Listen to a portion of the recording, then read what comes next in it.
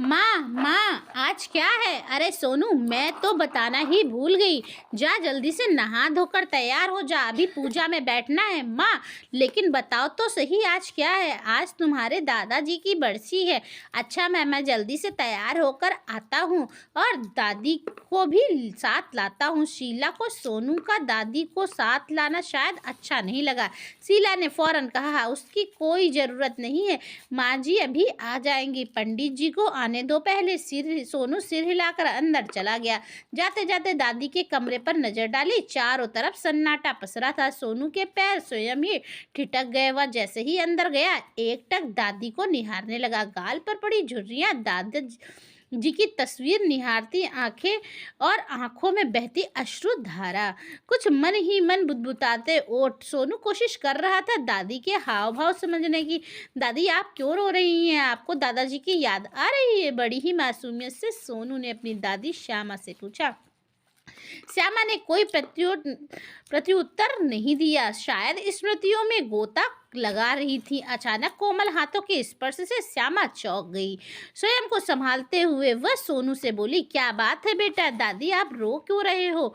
आपको दादाजी की याद आ रही है क्या? मुझे भी आती है, मैं रोज उनसे बातें करता हूँ। शाम को वो तारा बनकर चमकते हैं आसमान में। आज मैं उन्हें आपसे मिलवाऊंगा, फिर आप कभी मत रोना, आप भी उनसे बात कर लेना। सोनू की बात सुनकर श्यामा के आंसू कुछ थम से गए और वह कुछ और बोलती, इतने में रसोई घर से शीला की आवाज़ सुनाई दी। सोनू तैयार हो गया तू? अच्छा दादी मैं नहाने जा रहा हूँ, आप रुको, मैं अभी आता हूँ, नहीं तो माँ डांटेगी मुझे।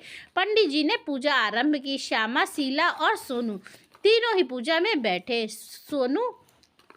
सुशील सोनू के पिता ऑफिस से छुट्टी न मिलने के कारण पूजा में शामिल नहीं हो पाया। जैसे ही पूजा समाप्त हुई, घर में बने भोजन को देखकर श्यामा की आंखों में टप टप आंसू फिर बहने लगे। पूरे 1 वर्ष बाद अपने स्वर्गवासी पति का मनपसंद खाना देखकर शायद अपनी भावनाओं को रोक नहीं पाई। जैसे ही खाना की थाली श्यामा के सामने आई, रोज की तरह आज भी श्यामा ने अपनी थाली का आधा खाना अलग रख दिया और उसे गाय को दे आई।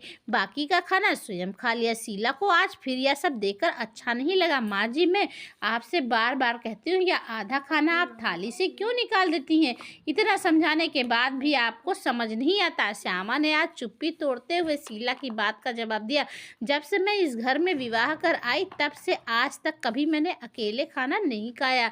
भले ही शिव मंगल जी आज मेरे साथ नहीं है, पर मैंने खुद को कभी अकेला नहीं समझा। वह हमेशा कहते थे थाली एक ही होगी, चाहे एक रोटी हो या भरा थाल, हम दोनों हमेशा आधा आधा बांट कर खाएंगे, जिससे हमारा प्यार समर्पण हमारी चाहत कभी कम नहीं होगी। यह उनकी चाहत ही थी जिसे मैं आज तक जिंदा रखने की कोशिश करती हूँ। श्यामा की इन बातों का कोई प्रत्युत्तर शीला के पास नहीं था। अब वह भी ऐसी चाहत के सम्मुख नतमस्तक थी।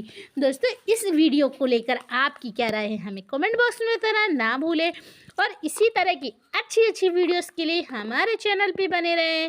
और अगर चैनल पे नए हैं तो चैनल को सब्सक्राइब करें, ज़्यादा से ज़्यादा लोगों तक शेयर करें। तब तक के लिए बाय बाय।